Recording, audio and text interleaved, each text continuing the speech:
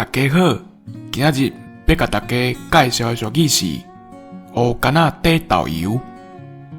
这句话的意思就是讲，乌干仔内面底乌乌的豆油，互人看袂出来是啥物物件。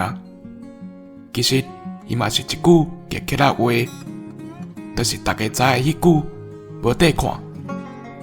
这句俗语是在比如，咱咧看一个人普通时啊，伫正人面头前的表现，都无咧偌出着，嘛毋是介影目的人物。毋过，伊煞伫咧急要的时阵出手，互大家人拢惊一条。无疑个讲，伊是遮尔有实力的人。